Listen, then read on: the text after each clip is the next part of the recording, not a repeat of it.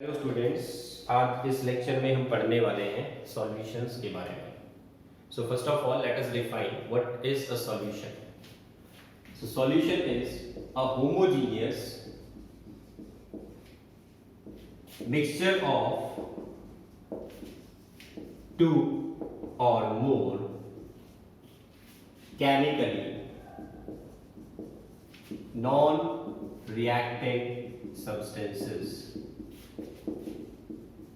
It is called a solution.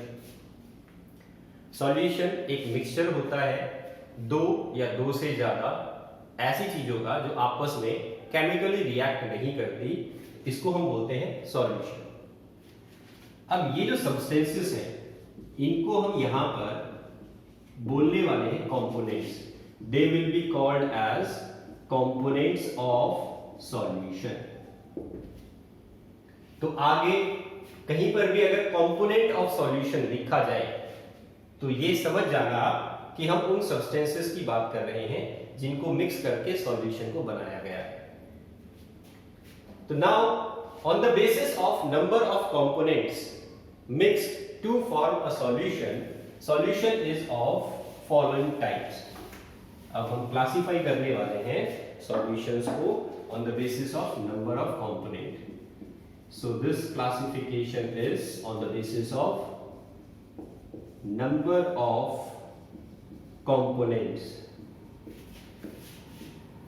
तो number of components का मतलब number of substances mixed to form the solution. सबसे पहली category है बाइनरी सॉल्यूशन। So नाम से ही पता चल रहा है बाइनरी का मतलब होता है to. So when any solution is prepared by mixing two components, so two components are mixed to form solution, then it is called a binary solution. We can take an example. If we dissolve sugar in water, then it will be called a binary solution. After that, trinary solution. What is a trinary solution? As the name suggests, trinary means three. So three components are mixed to form a solution.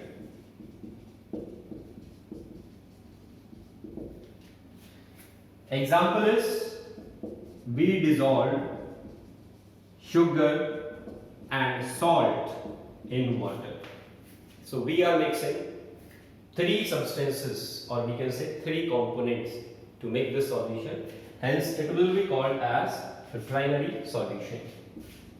Next is quaternary solution. So what is a quaternary solution? So as the name suggests, quart means four. So when four components are mixed to form solution, then it is called a quaternary solution. Example is, we dissolve water, sugar, salt and lemon juice. आप नींबू पानी बना रहे हो तो आपने पानी लिया, उसमें चीनी डिसॉल्व की, फिर आपने उसके अंदर सॉल्ट डिसॉल्व किया, नींबू का जूस डाला, तो आपने चार कंपोनेंट्स को मिक्स किया, तब जाके आपका बना नींबू पानी। तो ये कहलाएगा क्वाटर्नरी सॉल्यूशन। तो ये हो गया सॉल्यूशन का type on the basis of number of components mixed. अब देखो बच्चों, हम जो डिस्कस करने वाले हैं हमारे टॉपिक में डिटेल के अंदर, वो इसको डिस्कस करने वाले हैं, क्योंकि ज्यादातर हम जो सॉल्यूशंस बनाते हैं डेली लाइफ में वो बाइनरी सॉल्यूशंस होती हैं। तो इस वजह से अब इस बाइनरी सॉल्यूशन को डिटेल में पढ़ा जाएगा। और बाइनरी सॉल्यूशन में याद रखना हमने क्या किया है, दो चीजों को मिक्स किया है। तो अब हम स्टार्ट करते हैं बाइनरी सॉल्यूशन।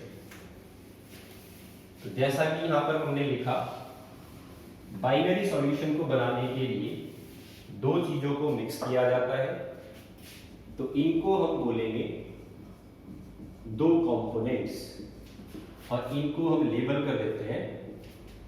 एक को कर दिया कंपोनेंट ए और दूसरे को हमने बोला दिस इज कंपोनेंट बी। अब देखो, जब ये सॉल्यूशन बनाई गई तो कंपोनेंट ए जो है इसको लिया गया लार्ज अमाउंट में और कंपोनेंट बी को लिया गया स्मॉल अमाउंट में। अब आपने 9th या 10th क्लास में एक डेफिनेशन पढ़ी होगी, the component of the solution which is present in large amount is called solvent। तो ये डेफिनेशन आ गई solvent। and the component of the solution which is present in small amount is called solute। तो यहां से दो definitions आ गई हमारे पास components of solution की, जो हम 9th या 10th क्लास में पढ़ के आए हैं। solvent is that component which is present in large amount and solute is that component of solution which is present in small amount। इसके अलावा एक डेफिनेशन और भी होती है सॉल्वेंट की, कई बार ये डेफिनेशन जो है वो आपसे पूछ ली जाती है। Solvent is that component of solution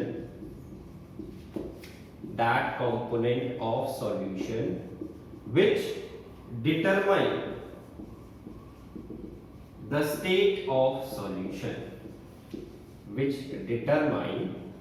state of solution आइए इसको समझते हैं एक एग्जांपल से।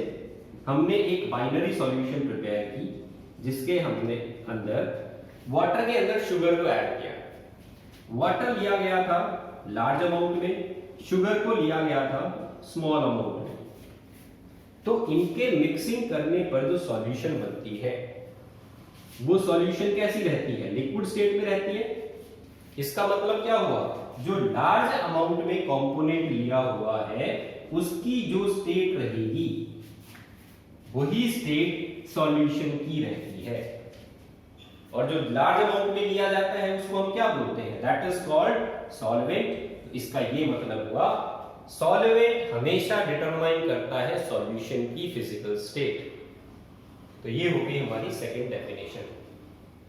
Solvent is that component which determine the state of solution, और solute do not determine। solute की फिजिकल स्टेट से कोई फर्क नहीं पड़ता सॉल्यूशन की फिजिकल स्टेट के ऊपर। तो ये हो गई हमारी डेफिनेशन solute की और solvent की। आइए अब हम बात करते हैं कंसंट्रेशन के बारे में। बच्चों, आप जो भी सॉल्यूशन बनाते हैं केमिस्ट्री के अंदर, वो सॉल्यूशन या तो किसी रिएक्शन के अंदर यूज की जाती है या फिर कोई सब्सटेंस या कोई नई चीज बनाने में यूज की जाती है। तो केमिस्ट्री के अंदर हम जो सॉल्यूशंस बनाते हैं उन सॉल्यूशंस की एक स्पेसिफिक अमाउंट जो है वो हमें मेंटेन करनी होती है। तो इसी को हम बोलते हैं कंसंट्रेशन। कंसंट्रेशन बेसिकली एक मेथड है to express the amount of components present in the solution। Concentration, it is a method to express amount of various component present in the solution। तो हमारे लिए ये अमाउंट एक्सप्रेस करना जो है वो जरूरी है। क्यों है जरूरी, इसके पीछे आप रीजन समझ लीजिए। बच्चों, हम एक एग्जांपल लेते हैं दवाई का। हम मार्केट से जो है वो कई बार कुछ दवाइयां खरीद के लाते हैं। दवाइयों के पीछे जो इंग्रेडिएंट्स लिखे होते हैं, अगर आप उनको पढ़ोगे तो उसमें आपको कुछ केमिकल सब्सटेंसेस के नाम लिखे हुए मिलेंगे और उनके सामने उनका अमाउंट लिखा हुआ मिलेगा। वो अमाउंट किस लिए लिखा जा रहा है? वो अमाउंट इसलिए लिखा जा रहा है कि ये बताने के लिए कि इतने अमाउंट में ये केमिकल एक दवाई का काम करता है। अगर मान लो वो दवाई बनाते टाइम वो केमिकल ज्यादा अमाउंट में गिर जाए या ज्यादा अमाउंट में डाल दिया जाए, यूज कर लिया जाए, तो बच्चों कई ऐसे केमिकल होते हैं जो हमारे लिए लार्ज अमाउंट में पॉइजनस हो जाते हैं, डेंजरस हो जाते हैं। तो इसीलिए हमें किसी भी दवाई को बनाते टाइम उसके अंदर केमिकल्स के अमाउंट को कंट्रोल रखना पड़ता है, उतने ही अमाउंट में वो ड्रग लिया जाना चाहिए, उससे कम में वो इफेक्टिव नहीं होगा, उससे ज्यादा में वो डेंजरस हो जाएगा। तो इस वजह से हमें कंसंट्रेशन जो है इसको मेंटेन करना होगा कोई भी केमिकल सब्सटेंस, कोई भी सॉल्यूशन, कोई भी मेडिसिन बनाते टाइम, और इसीलिए ये टॉपिक जो है वो पढ़ना यहाँ पर जरूरी हो जाता है।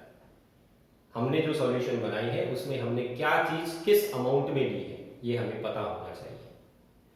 तो आइए अब हम पढ़ते हैं। कंसंट्रेशन जो है वो बेसिकली एक तरीका है ये बताने का कि इस सॉल्यूशन के अंदर कौन सा कंपोनेंट कितनी अमाउंट में लिया गया है, और इस कंसंट्रेशन को बताने के बहुत सारे तरीके हैं हमारे पास। पहला तरीका तो ये हो जाता है मास परसेंटेज। इसको आपने 9th या 10th क्लास में पढ़ा होगा। This is also called W/W percentage. Second आ जाता है वॉल्यूम परसेंटेज, इसको हम लिखते हैं V/V%। तीसरा आ जाता है मास अपॉन वॉल्यूम परसेंटेज, इसको हम W/V% भी लिखते हैं। ये तो हो गए जो आपने 9th या 10th क्लास में पढ़े होंगे कंसंट्रेशन को एक्सप्रेस करने के तरीके। These are the methods to express concentration.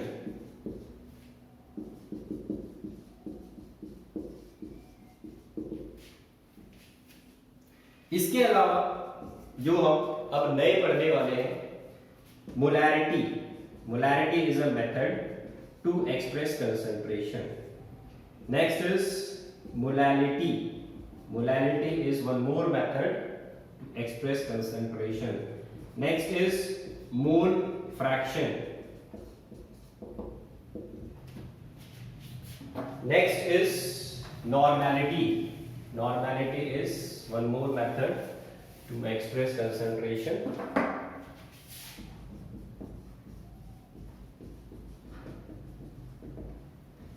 Next is mole fraction.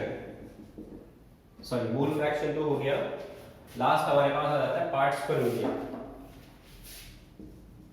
Parts पर मिलियन, इसको हम ppm भी बोलते हैं। तो ये हमारे पास मेथड्स है कंसंट्रेशन बताने के। तो इन मेथड्स को हम यूज करेंगे अब सॉल्यूशन की कंसंट्रेशन बताने के लिए।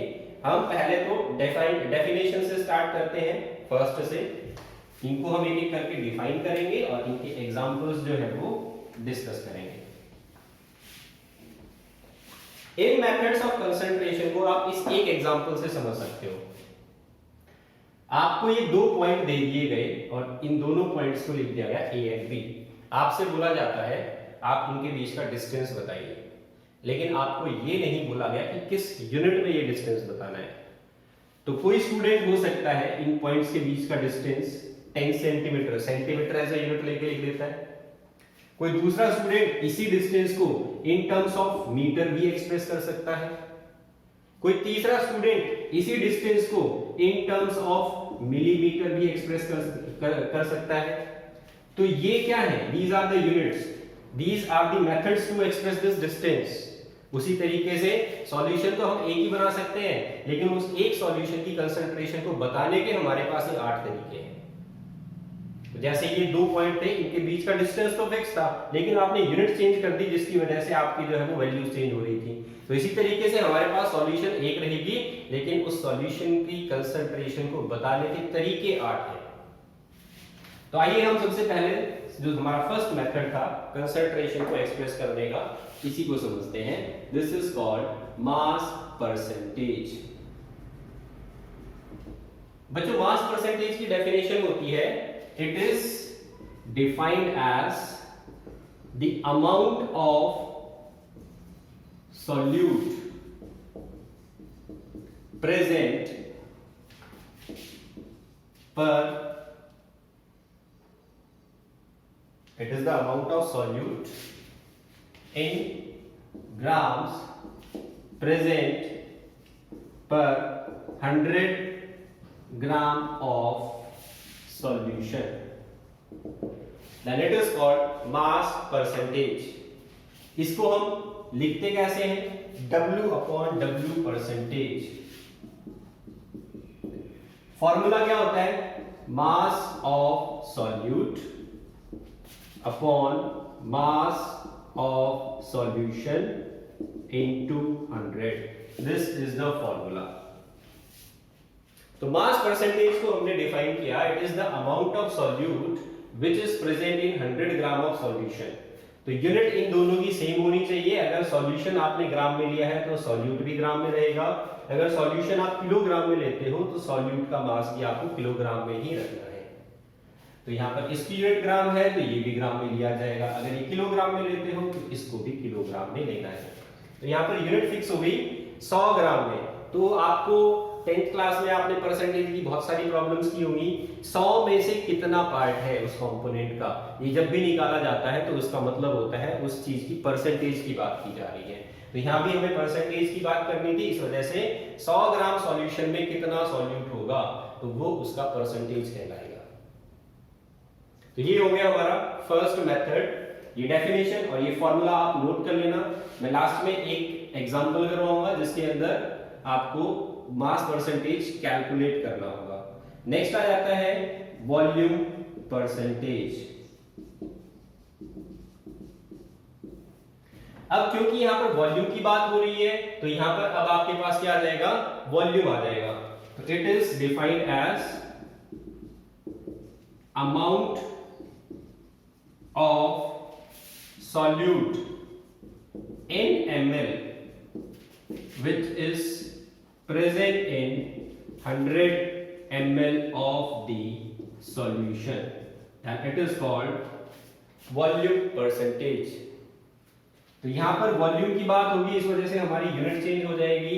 हम सॉल्यूशन 100 ml सॉल्यूशन में कितना ml सॉल्यूट लिया था ये जब कैलकुलेट कर लेते हैं then it is called volume percentage. इसको एक्सप्रेस किया जाता है V अपॉन V परसेंटेज और इसका फॉर्मूला होता है volume of solute upon volume of solution.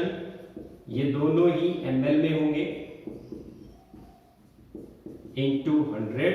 That it is called volume upon volume percentage. इसके बाद हम आते हैं थर्ड पे, W upon B percentage. That is mass upon volume percentage. इसको हम डिफाइन करते हैं, it is the amount of solute in grams present in 100 ml of solution. तो ये हो गया W अपॉन B परसेंटेज. इसको लिखा जाएगा अमाउंट ऑफ सॉल्यूट या मास ऑफ सॉल्यूट. यहां पर ग्राम रहेगी unit. This is mass of solute in grams divided by volume of solution in ml into 100. तो ये बन जाएगा मास अपॉन वॉल्यूम परसेंटेज. इसके बाद में डेफिनेशन आ जाती है मोलैरिटी. बच्चों मोलैरिटी की डेफिनेशन होती है number of moles of solute present per litre of solution is called molarity. अब देखो number of moles of solute, तो इसको हम कैसे कैलकुलेट करते हैं नंबर ऑफ मोल्स को? तो हम नंबर ऑफ मोल्स को रिप्रेजेंट करते हैं n से और given weight upon molecular wait. अब देखो बच्चों मैंने सबस्क्रिप्ट में B यूज किया है. इसके पीछे रीजन है मैंने आपको बोला था बाइनरी सॉल्यूशन में हम दो कंपोनेंट्स लेते हैं, ए कंपोनेंट जो है वो हमारा सॉल्वेंट रहता है, बी कंपोनेंट हमारा सॉल्यूट रहता है। तो डेफिनेशन क्या कह रही है, number of moles of solute, तो सॉल्यूट लेना था, सॉल्यूट को हमेशा हम बी कंपोनेंट लेके चलेंगे, तो इस वजह से number of moles of solute निकाला है मैंने ये, तो given weight of solute upon molecular weight of solute, ये हो गया नंबर ऑफ मोल्स निकालने का फार्मूला। मोलैरिटी को एक्सप्रेस किया जाता है कैपिटल एम से, ठीक है, मोलैरिटी जब भी रिप्रेजेंट की जाएगी कैपिटल एम यूज किया जाएगा, तो इस पॉइंट को नोट कर लेना, मोलैरिटी इज रिप्रेजेंटेड विद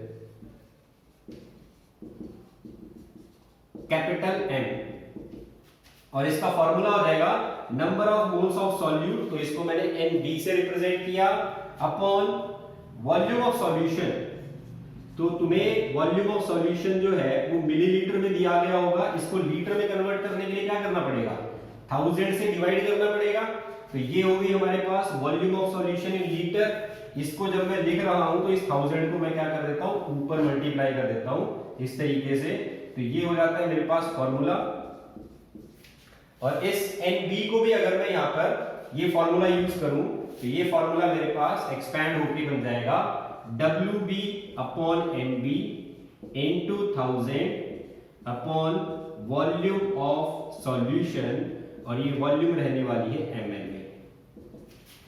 तो ये हो गया फॉर्मूला मोलैरिटी का। इसके अंदर ये जो कंपोनेंट है बी कंपोनेंट, ये हमारा सॉल्यूट था, और WB अपॉन MB का मतलब है number of moles of solute. तो इस तरीके से हम ये फॉर्मूला जो है वो डिराइव कर लेते हैं। इसके बाद हम आ जाते हैं अगला जो टर्म था हमारा, इस पे हमने नेक्स्ट टर्म बोला मोलैरिटी। मोलैरिटी में भी डेफिनेशन जो है वो इस तरीके से लिखी जाती है, it is number of moles of solute which is present per kilogram of solvent। अब देखो बच्चों यहां पर डिफरेंस, यहां पर बात हो रही थी सॉल्यूशन की मोलैरिटी में, लेकिन मोलैरिटी में अंदर बात होती है सॉल्वेंट की। तो ये डिफरेंस है, यहां 1 किलोग्राम सॉल्वेंट, यहां 1 लीटर सॉल्यूशन की बात थी। इसको डिनोट किया जाता है, it is denoted with small n, इसको स्मॉल n से रिप्रेजेंट करते हैं, और इसका फॉर्मूला होता है number of moles of solute upon mass of solvent in kilogram. इसको जब आप सॉल्व करेंगे तो इसी तरीके से नंबर ऑफ मोल्स लिखा जाएगा WB अपॉन NB इनटू 1000, और यहां पर लिखा जाएगा मास ऑफ सॉल्वेंट। अब सॉल्वेंट को हमने कौन सा कंपोनेंट माना था, A कंपोनेंट, तो ये मास ऑफ कंपोनेंट आ गया, और यहां पर आपने किलोग्राम लिया है तो इसको आपको ग्राम्स में लेना पड़ेगा, क्योंकि 1000 जो है वो अब जब हम इसके नीचे लिखते हैं तो weight in gram divided by 1000 क्या बन जाता है, किलोग्राम बन जाता है। तो WB अपॉन NB हो गया नंबर ऑफ मोल्स, और weight of solvent in gram divided by 1000 हो गया weight of solvent in kilogram. तो इसको मैंने फॉर्मूले को एक्सपैंड करके लिख दिया WB upon NB into 1000 upon WA, और WA लिया जाएगा यहां पर ग्राम्स में। तो ये हो गया हमारे पास मोलैरिटी का formula. So M can be written as WB upon NB into 1000 upon WA in grams। बच्चों ये जो 1000 है, कई बच्चों को अगर समझने में दिक्कत हो तो इस 1000 को यहाँ पर लिख के देख लेना एक बार, WA upon 1000, तो वेट को ग्राम में जब भी दिया जाता है उसको 1000 से डिवाइड कर दे तो ये किलोग्राम में कन्वर्ट हो जाता है। तो बात वही है, ये किलोग्राम ही है, ये पूरा टर्म जो है वो किलोग्राम में है। ये 1000 ऊपर लिख दिया हमने मल्टीप्लाई करते टाइम, तो ये हमारा जनरल फॉर्मूला आ गया मोलैरिटी का। इसके बाद हम आ जाते हैं next is mole fraction. Mole fraction भी डिफाइन करते हैं, it is the number of moles of a component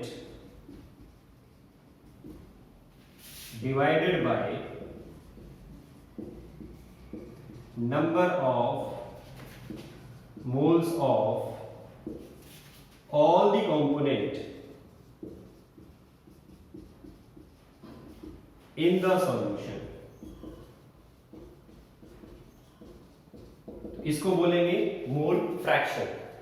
किसी भी कंपोनेंट के कितने moles divided by number of moles of all the component in the solution, then it is called mole fraction. Example देखो बच्चों, हमने ए component को माना है सॉल्वेंट, बी कंपोनेंट को हमने माना है सॉल्यूट। हम बाइनरी सॉल्यूशन की बात कर रहे हैं। तो अगर कोई आपसे पूछे कि मोल फ्रैक्शन सॉल्वेंट का कितना होगा, तो मोल फ्रैक्शन को रिप्रेजेंट किया जाता है काई ए से। दिस सिंबल इज कॉल्ड काई। तो काई ए का मतलब हो गया मोल फ्रैक्शन ऑफ सॉल्वेंट, और काई बी का मतलब हो गया मोल फ्रैक्शन ऑफ सॉल्यूट। ये इनका मतलब है। तो अब मैं फॉर्मूला लिख रहा हूं काई ए। तो डेफिनेशन क्या कहती है, number of moles of component. A लिया है तो ऊपर number of moles of A component ही आएगा। जिस भी कंपोनेंट का मोल फ्रैक्शन निकालते हैं उसी कंपोनेंट के नंबर ऑफ मोल्स लिखे जाते हैं ऊपर, divided by number of moles of all the component. अब देखो सॉल्यूशन तुमने किन चीजों को मिक्स करके बनाई है, दो चीजों को मिक्स करके बनाई है, एक है ए दूसरा है बी। तो इन दोनों के जो नंबर ऑफ मोल्स है उनको नीचे ऐड कर दो, तो टोटल नंबर ऑफ मोल्स आ गए। सॉल्यूशन में कितने हैं, तो ये हो गया हमारे पास फॉर्मूला काई ए निकालने का, मतलब मोल फ्रैक्शन ऑफ ए निकालने का। ऐसे ही अगर मोल फ्रैक्शन ऑफ बी कोई हमसे पूछता है, तो number of moles of component B divided by number of moles of A plus number of moles of B. तो ये हो गया हमारे पास मोल फ्रैक्शन बी कंपोनेंट का निकालने के लिए फॉर्मूला। इन दोनों के बीच में एक रिलेशन होती है। क्या रिलेशन होती है, chi A plus chi B is equal to 1। इस चीज को आप प्रूव भी कर सकते हो। कैसे प्रूव करोगे, ये जो दो वैल्यूज लिखी है ऊपर इनको इस फॉर्मूले में पुट कर दो। तो n A upon n A plus n B, n B upon n A plus n B. तो देखो इनका एलसीएम सेम आएगा, n A plus n B. तो न्यूमरेटर में क्या आ जाएगा, ये कैंसिल होके क्या आ जाएंगे 1। तो इसका मतलब जो हमने राइट हैंड साइड में लिख रखा था वो सही है। तो ये रिलेशन हो गई हमारे पास, chi A plus chi B is always equal to 1। ये आ गया मोल फ्रैक्शन। अब इसके बाद में आ जाते हैं हम हमारे नेक्स्ट मेथड में। नेक्स्ट मेथड हमने लिखा था नॉर्मैलिटी। नॉर्मैलिटी का मतलब क्या होता है,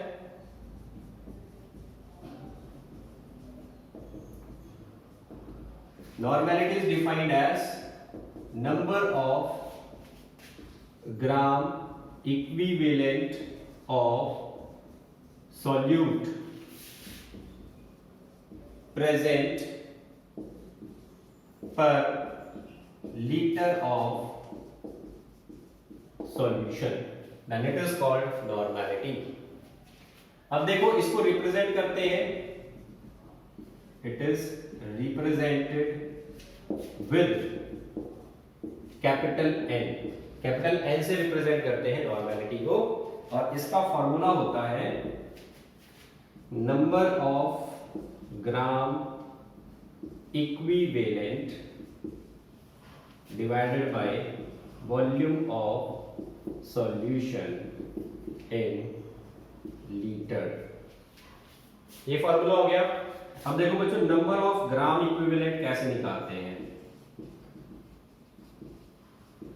नंबर ऑफ ग्राम इक्विवेलेंट निकालने के लिए हमारे पास फॉर्मूला होता है given weight upon equivalent weight. ये फॉर्मूला है। और इक्विवेलेंट वेट निकालने का फॉर्मूला होता है molecular weight divided by valency. यहां वैलेंसी का मतलब है एसिडिटी या फिर बेसिसिटी। तो देखो जब मैं ये वाला फॉर्मूला इस इक्वेशन में पुट करता हूं तो ये क्या बन जाएगा, number of gram equivalent is equal to given weight divided by molecular weight divided by valency ये given weight upon molecular weight हम एज इट इज रहने देते हैं, वैलेंसी को हम मल्टीप्लाई कर देते हैं ऊपर।